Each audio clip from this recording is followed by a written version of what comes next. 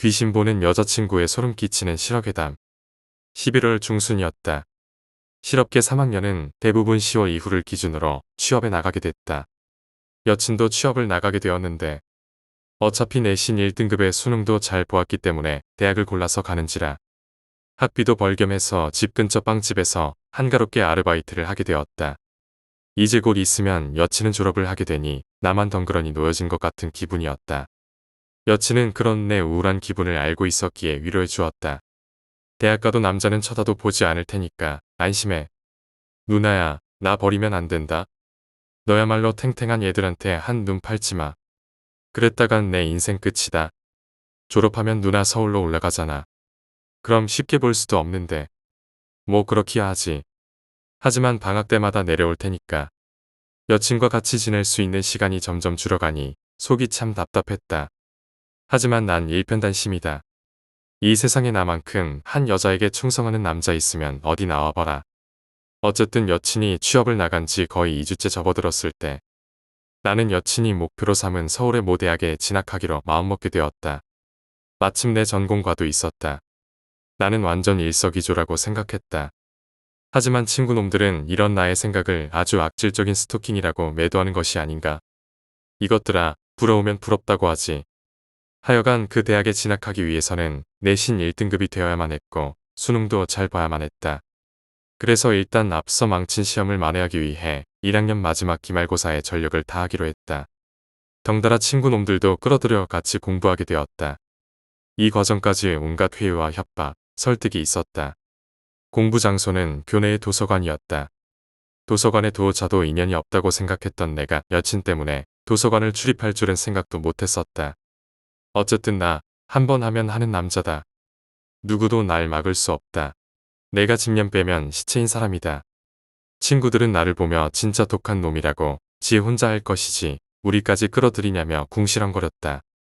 그때마다 나는 공부해서 남 주냐며 1학년 때부터 착실하게 공부해야 나중에 후회가 없다고. 틀림없이 내게 고마워해야 될 거라고 했다. 친구들은 타로녀에게 점을 배운 이후 이놈 말빨 진짜 좋아졌다고 했다. 나 없었으면 틀림없이 이름 없는 지접대나 가슬 놈들을 데리고 공부시켜서 간신히 서울에 있는 대학에 합격하게 됐다. 근데 이놈들이 아직도 은혜를 안 갚았다. 망할 놈들. 어쨌든 우리 학교 도서관은 꽤 규모가 컸다. 그래서 이용하는 학생들도 많았는데 기말고사 시즌이다 보니 그 숫자는 더욱 많았다. 게다가 11시까지 이용하게 해줬으니 여러모로 편리했었다. 돈 없고 가난한 중생들인 우리는 학원에 다닐 생각은 하지 않았다. 근데 들었냐? 여기 자정만 되면 귀신이 나온다는데. 나도 소문으로 들은 적이 있어. 그거 다 헛소문이야. 귀신은 무슨 신하라 까먹는 소리야. 공부하다 말고 뜬금없이 도서관에 귀신 나온다는 소리를 하는 애들을 데리고 공부를 하다니. 몹시 피곤했다. 비와 씨는 예전에 귀신에게 된통당한 전적이 있는지라 그런 것에 관해서는 몹시 예민했었다. A는 착각이었었다고 생각하니까 별다른 감흥도 없는 것이었다. 공통점이 있다면 너희들은 나 때문에 살았다는 것이다. 난 단순한 소문이라고 생각했다. 우선 소문의 출처가 불분명했고 친구들 얘기를 들어보면 각양각색이었다. 그래서 난 단순히 학교 괴담 정도로만 생각했다. 며칠째 같은 소리만 들으니 이젠 신물이 다 날 정도였다. 일요일이면 나와 여친은 데이트를 즐겼었다. 뭐 데이트 코스라고 해봐야 시내가 전부였지만 거의 하루 종일 붙어 다녔고 재밌는 추억도 많이 만들었다. 여친님은 그저 내가 옆에 있는 것이 좋다고 했다. 나도 마찬가지였다. 우린 주로 카페를 즐겨 찾았다. 공부는 잘하고 있어. 마음먹고 하려니까 잘 되는 것 같더라. 도서관이라서 그런지 더 잘 되는 것 같고. 도서관이라. 정말 너도 징하다. 대학도 날 따라오려고 하니. 내가 전공하는 학과도 있으니까. 그럼 자취할 곳을 찾아야겠네. 나 아직 1학년이거든. 2년이나 남았거든. 합격한 것처럼 말하네. 난 합격할 거라고 생각하는데. 게다가 합격하면 말이야. 나랑 같이 자취방에서 살면 되지. 돈도 아끼고 좋잖아. 만약 같이 살게 되면 야한 짓 해도 되나요? 내가 하는 거 봐서. 지구가 멸망해도 반드시 합격하고야 만다. 이런 단순한 떡밥에 넘어가기도 하며 그렇게 재미있게 놀고 있었다. 같이 맛있는 점심을 사 먹고 영화도 보고 오붓하게 손잡으며 걸어보고 몰래 뽀뽀도 해보고 근사한 저녁도 먹고 사우나도 가보고. 어쨌든 데이트는 무척 좋았다. 데이트가 끝나고 여친 집에서 뒹굴거리며 놀던 차에 여친은 뜬금없이 도서관에 대해 얘기해 주었다. 여친은 도서관에서 항상 행동을 조심해야 되고 주변을 유심 있게 살펴보라고 했다. 그냥 듣지 말걸. 때늦은 후회를 했지만 이미 늦었다. 너 그거 아니? 도서관에는 영혼이 많다는 거. 하지만 알아둬야 할 거야. 모르면 안 되나? 아니, 알아야 돼. 나 도서관에서 공부 중인데. 사실 난 내가 도서관에서 공부할 줄은 정말 생각도 못했거든. 이왕 이렇게 된 거 도서관의 비밀 좀 알려주는 게 낫다 싶어서 말이야. 왜 난 어딜 가든 귀신하고 연관이 있냐? 내 팔자지. 내 팔자 오지랖도 넓다는 걸 다시 깨달았다. 여친 말로는 도서관은 고요하고 적막하기 때문에 갓 죽은 영혼들이 머물기에는 아주 좋은 환경이라고 했다. 물론 모든 영혼들이 도서관에 모이는 건 아니지만 도서관에 모이는 대표적인 영혼들은 바로 공부 때문에 죽은 어린 영혼들이라는 것이다. 공부에 비관해서 자살하거나 죽는 일은 우리 주변에서 심심찮게 들을 수 있는 얘기다. 그들은 죽어서도 자신이 죽은 것을 인지하지 못하고 시달려야 했던 것을 반복적으로 행한다고 한다. 도서관에 모이는 영혼의 유형들은 공부를 하기 위해 머무른다는 것인데 영혼은 실체가 없기 때문에 스스로 책을 빼거나 페이지를 넘길 수 없다고 한다. 그래서 공부하는 학생의 옆에 가서 같이 책을 본다고 했다. 공부하는 학생들이 가끔 소름이 돋거나 무언가를 느꼈다면 그건 10중 8구 그 주변에 같이 책을 보는 영혼이 있기 때문이라고. 여친은 이 순수한 영혼은 사람을 해치거나 위협하지 못한다고 했다. 하지만 이 영혼이 시간이 흐르면서 자신이 죽었다는 것을 인지하는 순간 산자를 질투하게 되고 그 질투는 원한이 되어 우리가 흔히 부르는 귀신이 된다고 한다.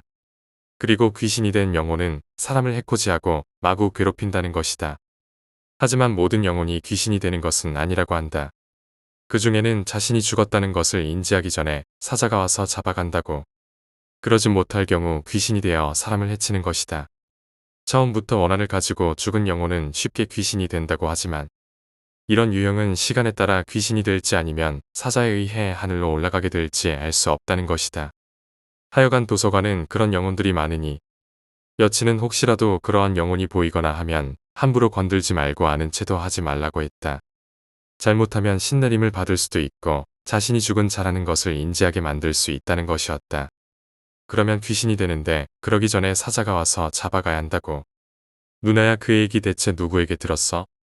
예전에 도서관에서 공부를 했는데 그런 것들이 상당히 많이 보이더라고. 그래서 복명 스님에게 물어봤었지. 그 땡초에게. 대체 그 아저씨 정체가 뭐여? 버릇없게 땡초가 뭐니? 법령 높으신 스님에게. 그러면 난 어떻게 해야 돼?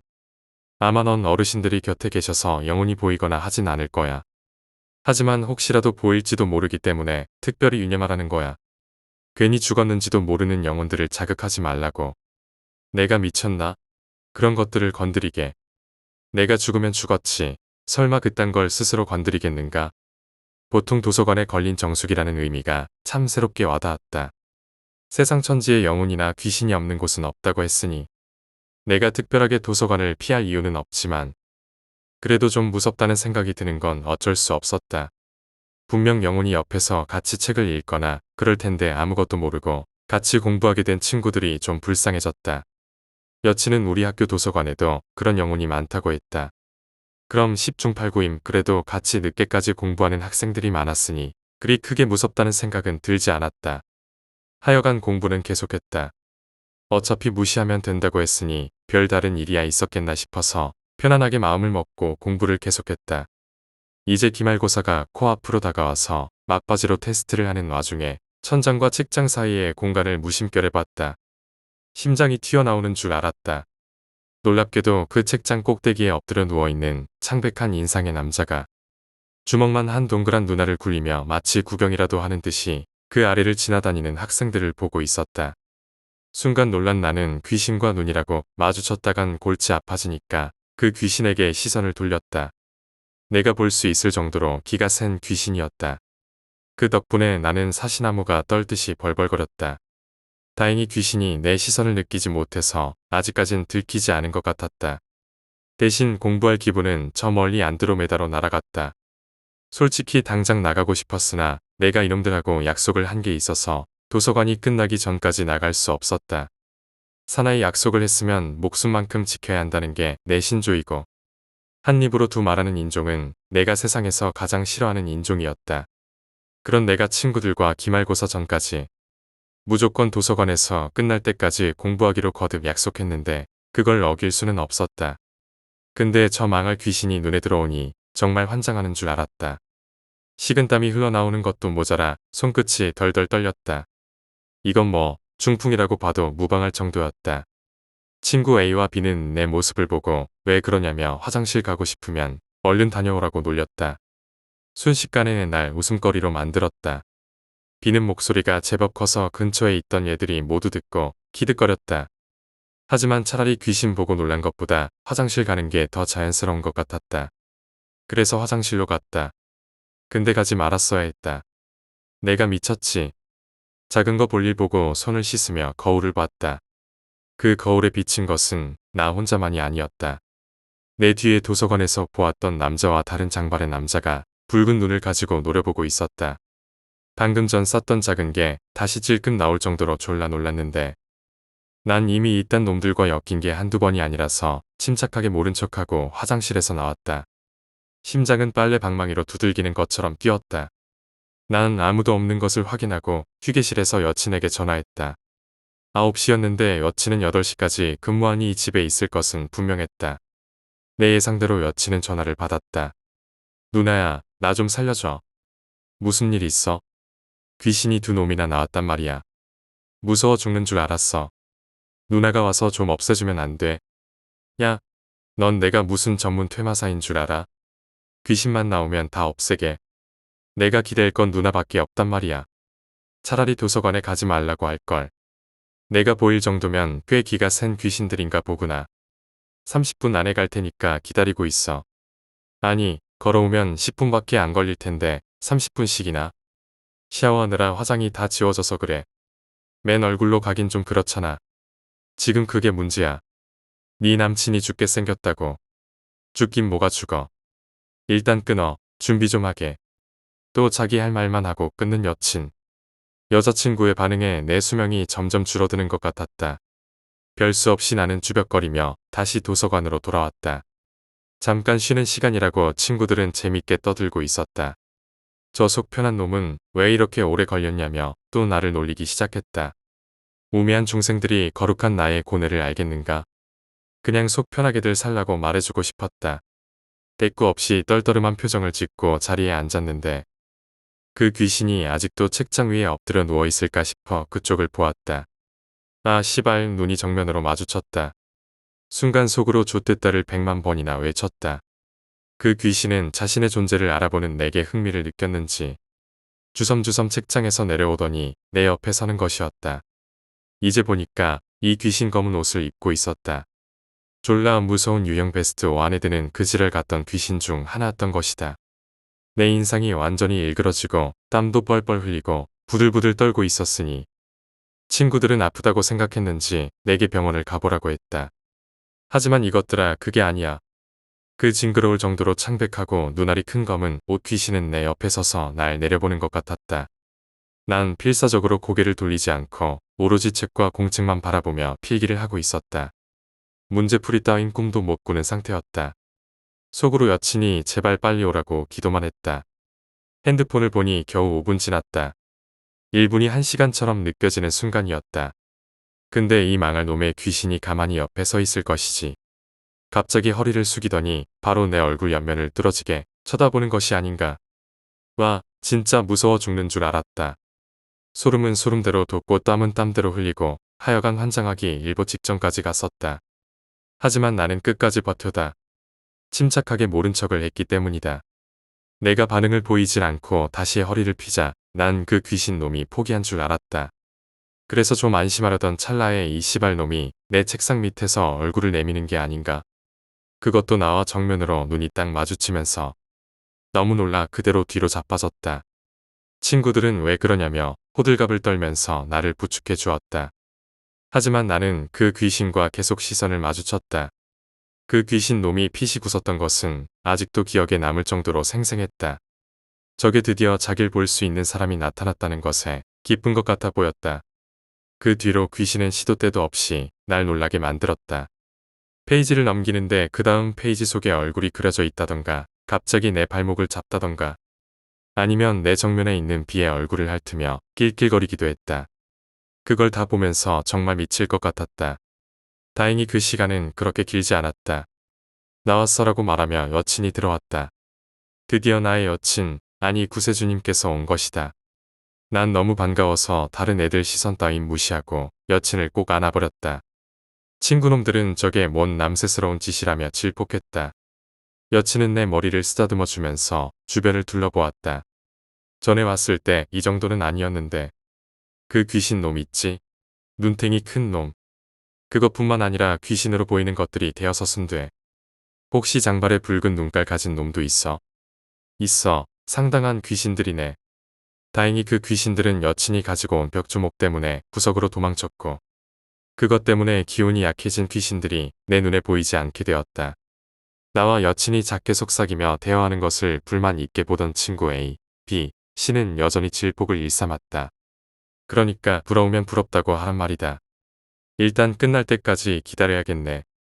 그래야 돼. 사람들 보는 앞에서 퇴마하는 모습을 보여주고 싶지 않아. 그건 너만 알고 있어. 결국 여친과 나는 도서관이 끝날 때까지 기다렸다.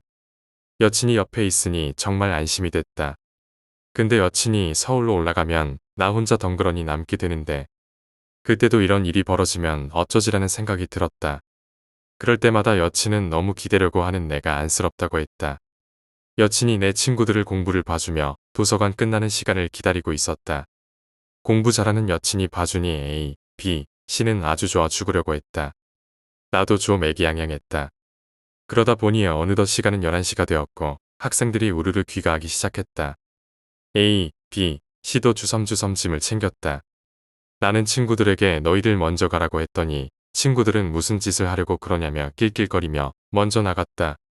이제 도서관에는 나와 여친만이 남았다. 사람이 많았을 때는 몰랐는데 둘만 있으니까 장난 아니게 무서워졌다. 내 숨소리도 크게 들릴 정도로 적막한 도서관은 정말 영혼이나 귀신들이 모여들 정도로 지독하게 음산했다. 일단 이걸 입구에 걸어놔. 이건 호랑이 그림이잖아. 여친이 가지고 온 가방에 호랑이 그림이 넣어져 있었다. 일단 난 그것을 입구에 걸어놓았다. 여친은 천천히 도서관의 가장 안쪽을 향해서 걸어갔다. 뭔가를 뿌리는 것 같았다. 내가 따라가려니까 다가오지 말라고 했기 때문에 발만 동동 굴렀다. 도서관을 한 바퀴 돌고서 여친은 내게로 돌아왔다. 심력이 소모되었는지 여친은 땀을 많이 흘렸다. 그래서 손수건으로 땀을 닦아줬다. 다시 샤워해야겠네. 이 사고뭉치 같으니. 귀신들은 어떻게 되었어? 어떻게 된 거냐면 여친은 소금을 뿌렸다고 한다. 소금은 성수와도 같은 것으로 영혼이나 귀신들이 무척 싫어하는 것이라고 했다. 게다가 벽주목도 가지고 있으니 결국 견디지 못한 귀신들이 입구로 달아나려고 했다고 한다. 하지만 내가 걸어놓은 그림 속에 호랑이가 나와서 모두 그림 속으로 잡아갔다고 했다. 여친은 그것을 가지고 옥상에서 불태워버렸다. 이제 귀신들은 무사히 하늘로 올라갔을 것이다. 다행히 도서관에서의 일은 무사히 일단락됐다. 난 다음부터 한 줌이라도 소금을 가지고 다녀야겠다고 생각했고 난 아직까지도 소금을 가지고 다닌다. 혹시 모르는 일에 대비하기 위해서이다. 도서관에서 나온 나와 여친은 사이좋게 집으로 향했다. 여친이 이렇게 옆에 있어주면 참 좋다고 생각했는데 이제 거의 2년 정도는 보기가 쉽지 않다는 것에 심히 우울해졌다. 이번 도서관 귀신 사건도 그렇지만 난 진짜 여친이 옆에 없으면 어쩌나 싶을 정도로 유약하다는 걸 깨달았다. 앞으로 어쩌나 싶었지만 그래도 나는 견뎌보겠다고 생각했다. 이번 일로 나는 어르신들에게 보호를 받아 귀신의 위협이 적었었지만 어르신들보다 힘이 강한 귀신들에게 속수무책으로 해를 당할 수 있다는 것을 인지하게 된 계기가 되었다. 조심하게 지내면 귀신과 엮일 일은 없으니까 괜찮을 거야. 정말 무슨 일이 있으면 바람처럼 달려와 줄게. 이거 왠지 입장이 정반대네. 내가 누나를 지켜줘야 하는데 오히려 누나가 날 지켜주고 말이야. 난 어른이고 넌 꼬마거든. 괜히 센 척하지 마. 어쨌든 여친의 도움으로 나는 도서관에서 다시 무사히 공부를 할 수 있었고 기말고사도 제법 잘 치르게 됐다. 얼마 지나지 않아 겨울방학이 찾아왔다.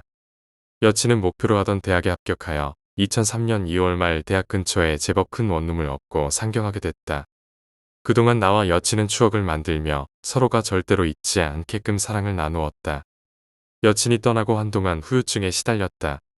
친구들은 나를 보며 진짜 중증이라고 혀를 내둘렀다. 마약에 중독된 놈 같다고 했다. 여친 없는 애들이 어찌 나의 마음을 알겠냐. 이게 바로 금단 현상이다. 여친이 서울로 올라간 뒤로 내 행동은 대단히 조심스러워졌다. 조금이라도 이상한 느낌이 드는 곳이라면 접근하길 꺼려했고 밤늦게까지 놀거나 그러지 않았다. 그래서 한동안 귀신과 접촉하는 일이 없었다. 하지만 그딴 것보다는 여친이 보고 싶어 미칠 것 같았다. 그렇게 시간이 흘러 여친이 대학 라이프를 즐길 시기에 나는 2학년이 되었고 어느덧 4월이 되었다. 여친은 주말마다 간간히 내려와줘서 정말 꼭 붙어 다니며 놀았고 헤어질 때 눈물이 다 날 정도였다. 생각하면 생각할수록 진짜 입장이 정반대였다. 여친이 보고 싶었지만 이 4월은 내 생애에 있어서 가장 큰 슬픔을 안겨준 달이기도 했다. 내가 그토록 사랑하고 존경해왔던 할머니께서 돌아가셨기 때문이다. 난 할머니가 돌아가시기 직전 저승사자를 보았다. 그 저승사자는 귀신과 다른 매우 친숙한 분이셨는데 바로 내가 어렸을 적 돌아가신 할아버지였다. 시간은 유수처럼 흘러서 어느덧 4월이 되었다. 2학년이 되었다고 해도 해당 과가 3개 반뿐이라 대부분 다 친구나 마찬가지였다. 그래서 좀 섞인다고 해서 어색하거나 뭐 그딴 거 전혀 없었다. 새로운 것도 없고 그냥 반만 바뀐 거였다. 실업계의 특징이라 볼 수 있다. 하지만 단 한 가지 변한 것이 있다면 더 이상 이 학교에 내 사랑 여친이 없다는 것이다. 여친은 지금쯤 캠퍼스 라이프를 즐기고 있을 텐데 항상 옆에 있었던 사람이 없다는 거 정말 보통 허전한 게 아니라는 것을 절실히 깨달았다. 가슴이 뻥 뚫린 느낌이었다. 3월까지는 주말마다 잘 내려왔지만 이제 4월이 되고 나서부터 알바도 해야 되고 친구들과 어울려도 봐야 되고 과제도 해결해야 하기 때문에 내려오지 못했다. 그래서 슬펐지만 하루에 몇 번씩 전화하고 문자도 주고받으니 그걸로 위안을 삼았다. 근데 우리 통화는 항상 보고 싶다 해서 시작해 바람피면 죽는다로 끝났다. 어쨌든 4월은 내게 있어서 그리움과 허전함이 공존하는 달이었다. 4월 초까지는 그랬다. 그리움을 조금이라도 잊어보고자 친구들과 정신없이 놀았다. 물론 위험한 곳은 일절 가지 않았다. 여친도 없는데 기가 센 귀신 만나 희망되고 싶지 않았기 때문이다. 4월 중순이었다. 여친이 없는 빈자리가 조금씩 익숙해져 갈 무렵 내게 청천벽력 같은 소식이 전해져 왔다. 시골에 계신 할머니께서 위독하시다는 것이었다. 지난 설날 때 뵈었을 때도 무척 건강하셨었는데 건강하시다 못해 펄펄 나셔서 판 깔아놓고 친척들 돈을 싹쓸이 하시던 분이셨다. 그런데 그렇게 정정하시던 분이 며칠 전에 갑자기 쓰러지셨고 매우 위중하다고 전해온 소식이 믿기지 않았다. 동맥경화라는 것이 그렇게 무서운 것이었는지 그 당시엔 정말 몰랐다. 결국 우리 가족은 급한 대로 시골길에 오르게 되었다. 나는 어안이 벙벙해 어쩔 줄 몰랐고 어머니는 눈물을 흘리시며 할머니가 다시 건강해지시길 기도하셨다. 표정이 굳으신 아버지는 힘든 기색도 없이 그 먼 길에 오로지 운전만 하셨다. 동생도 슬픈 기색이 역력했다. 4시간을 달린 끝에 드디어 고향에 도착할 수 있었다. 다행히 차가 밀리지 않았으니 4시간 만에 온 것이었다. 그리고 곧바로 할머니가 입원하고 계신 병원으로 향했다. 우리보다 먼저 연락을 받고 온 친척 몇 분이 계셨다. 그분들도 할머니가 쓰러지신 것에 큰 충격을 받으신 것 같았다. 초조한 마음과 복잡한 심경으로 병실에 들어선 우리 가족은 앙상하게 마르신 할머니를 보고 억장이 무너지는 듯했다. 어머니는 할머니의 손을 만지시며 오열을 하셨고 평소 유쾌하시던 아버지는 묵묵히 서 계셨다. 나도 참다 못해 눈물을 흘리며 할머니의 팔을 붙잡았다. 그렇게 호방하고 사내대장부처럼 힘이 넘치시던 분이 불과 며칠 사이에 이렇게 앙상한 뼈만 남게 되셨으니 얼마나 가슴이 아픈지 모른다. 게다가 합병증으로 찾아온 뇌질환의 영향으로 세포가 죽어나가면서 뇌의 기능까지 파괴되었다고 하니 할머니의 상태는 식물인간이나 마찬가지였다. 초기에 발견했다면 치료할 수 있었을 텐데 너무 속상했다. 아무리 건강한 사람이라도 순식간에 무너질 수 있다는 것을 똑똑히 목도했다. 시간이 지나고 연이어 다른 친척들도 속속 도착하셨다. 어머니와 친척들은 할머니를 모시고 사시는 큰삼촌에게 왜 진작 알리지 않았냐고 원망하셨다. 하지만 그 모든 것은 가족에게 걱정을 끼치고 싶지 않은 할머니가 일부러 알리지 말라고 했던 것이었다. 결국 의사로부터 오늘 넘기기 힘들 것이라는 통보를 받게 되자 큰 삼촌은 어쩔 수 없이 우리 가족과 다른 가족들에게 연락을 한 것이었다. 아프시면서도 가족들에게 걱정을 끼치지 않으려 하셨던 분이 우리 할머니셨다. 그렇게 가족을 위해 50년 동안 헌신하셨던 분이 이렇게 쓰러지셔야만 하다니 하늘이 원망스러웠다. 많고 많은 사람 중에 왜 우리 할머니부터 데려가는지. 세상에 악질적인 놈들이 수두룩한데 그놈들부터 잡아가야 하는 게 아니냐고 부질없이 따지기도 했다. 상황은 점점 악화되어 갔다. 병원의 독특한 약물 냄새는 이미 익숙해져 있고 아무것도 먹지 않아 몹시 허기졌지만 입맛이 없어 뭘 먹으려고 해도 쉽게 목구멍으로 넘어가지지 않았다. 같이 식사를 하는 가족들과 친척들도 침울하게 식사를 하셨다. 식사를 끝나고 시간을 보니 저녁 7시였다. 그때 마침 문자가 왔다. 여친이었다. 여친이 오늘 재미난 일이 있었다며 농담을 곁들인 귀여운 문자를 보낸 것이다. 하지만 내 얼굴은 완전 넋이 빠진 상태라 웃을 수가 없었다. 그래서 답장도 하지 못하고 그대로 핸드폰을 주머니 속에 넣었다. 그로부터 조금 지난 뒤에 문자가 연이어 왔다. 평소 문자를 받으면 금방 답장해 주던 내가 갑자기 문자를 씹기 시작했으니 의아할 법도 했다. 하지만 그래도 나는 핸드폰을 꺼내 보거나 하지 않았다. 한참 동안 병실 밖에 있는 휴게실 의자에 앉아 멍하니 있었다. 그리고 할머니와의 추억이 떠오르기 시작했다. 할머니는 사실 외할머니셨다. 내 친할머니는 아니다. 아버지께선 어렸을 적 가난에 버림을 받으셨고 홀로 자라오셨다. 그리고 어머니와 운명적으로 만나 결혼하게 되었지만 가난은 끊을 수 없는 사슬이었다. 그 가난 속에서 두 분은 끊임없이 일을 하셔야 했고 나는 집에 동생과 같이 놀며 지내야만 했다. 우리 둘을 보살펴 주신 분이 바로 할머니였다. 고향에서 올라와 거의 10년 동안 우리 형제를 보살펴 주신 할머니. 내겐 또 한 분의 어머니와도 같으셨던 분. 그래서 나와 동생은 할머니를 무척 사랑했다. 중학교를 졸업하고 고교 진학을 눈앞에 두던 해. 고향을 내려가실 때 나도 따라가겠다고 떼를 썼던 일이 생각났다. 이때는 내가 지금의 여친을 쫓아다니던 시기였다. 사실 숙맥이던 내게 지금의 여친을 꼬실 수 있게 조언을 해주셨던 것도 할머니였다. 할머니는 예전 할아버지가 자신을 죽도록 쫓아다녔던 일화를 들려주셨다. 할머니가 처음 고백을 받은 시기가 꽃다운 17세 때라고 하셨다. 당시 우리나라는 한국 전쟁이 한창이었다. 격전의 시대에 운명적으로 만나셨던 할머니와 할아버지. 할아버지는 당시 학도병으로 부상을 당해 부산의 한 야전병원에 계셨고 할머니는 여고생 자원봉사자로 그곳에서 간호사로 일하셨다. 할머니의 젊었을 적 사진을 보면 미인은 아니지만 청순하고 매력적이셨다. 그래서 할아버지가 할머니를 쫓아다니셨는데 할머니는 봉사활동에 전념하셨기에 할아버지의 사랑을 받아들이지 않으셨다고 했다. 그래도 할아버지는 포기하시지 않았다. 무릎 부상으로 전역을 하게 된 할아버지는 자원봉사를 지원하셨고 쩔뚝거리는 다리에도 불구하고 매우 열성적으로 할머니의 일을 도우셨다. 그때부터 할머니가 마음을 여셨고 결국 전쟁이 끝나고 3년 만에 결혼을 하게 된 것이었다. 그래서 그 일화를 본받은 나는 중학생의 파릇파릇한 시절 여친을 쫓아다니며 참 많은 것을 도와주었다. 가방도 들어주고 우산도 씌워주고 늦게 끝날 때면 항상 기다려주고 언제나 보디가드처럼 여친에게 헌신했다. 처음엔 매우 냉랭하고 싫어하던 여친도 자신을 위해 근 2년 동안 이렇게 노력해주고 헌신할 수 있는 남자가 있다는 것을 깨달았고 결국 내 고백을 받아들여 연인이 되는 것을 선택한 거였다. 지금 생각하면 참 눈물 나는 나날이었다. 사실 연애세포가 제로였던 내게 말발이나 화술 같은 것은 기대할 수 없었기에 몸으로 때운 것이다. 이 모든 게 다 할머니의 도움이 있었기 때문에 가능했던 것이었다. 그래서 나는 더더욱 슬픔에 잠길 수밖에 없었다. 내가 무언가에 막히거나 초조할 때면 편안하게 조언을 해주셨던 인생의 선구자셨는데 의사가 가망이 없다며 마음의 준비를 하라는 말을 듣는 순간 숨이 막히도록 가슴이 아프고 찢어졌다. 그렇게 혼자 슬퍼하고 있을 때 전화가 왔다. 여친이었다. 이래저래 간단히 여친과 통화를 끝내고 의자에 들어 누웠다. 더 이상 아무것도 생각하기 싫고 신경 쓰고 싶지 않았다. 이렇게 기력이 소진되기는 처음이었다. 시체를 처음 보았을 때나 귀신을 처음 보았을 때도 이렇지 않았는데 모든 것이 무기력했다. 그렇게 한참을 누워있다가 난 문득 할아버지를 생각하게 되었다. 우리 아버지는 과거 얘기를 거의 안 해주셔서 모른다.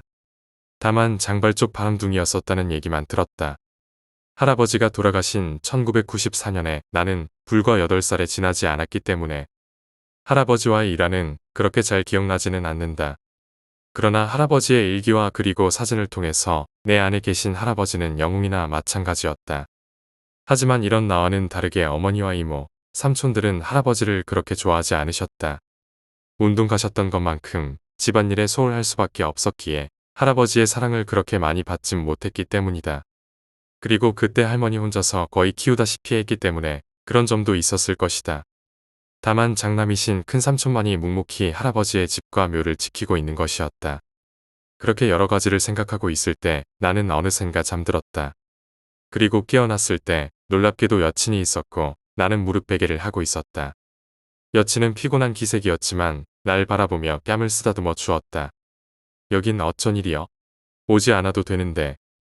슬픔에 잠긴 남친을 위로하러 왔네요. 여친을 올려다보면서 난 정말 이 여자를 진심으로 사랑해야겠다고 생각했다.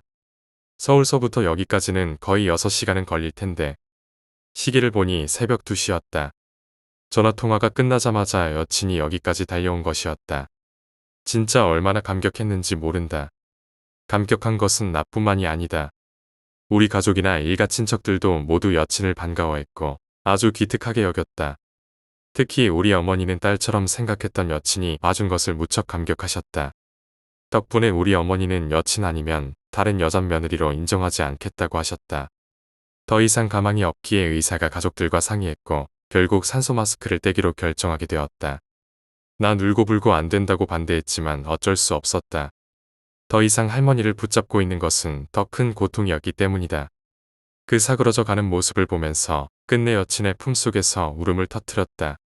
내 인생에 있어서 가장 큰 오열이었다.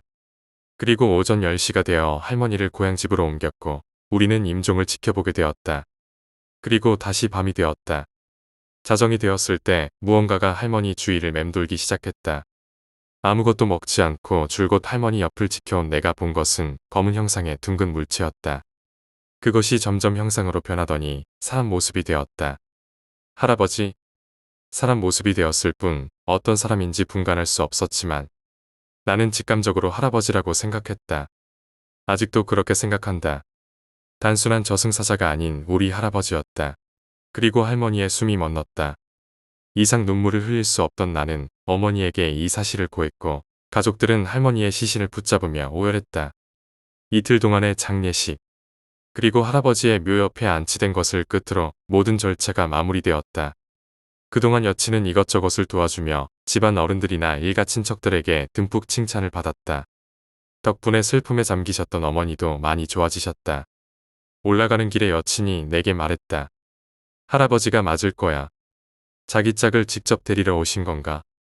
정말 그렇다면 두 분의 금슬은 하늘도 갈라놓을 수 없는 거라 생각했다.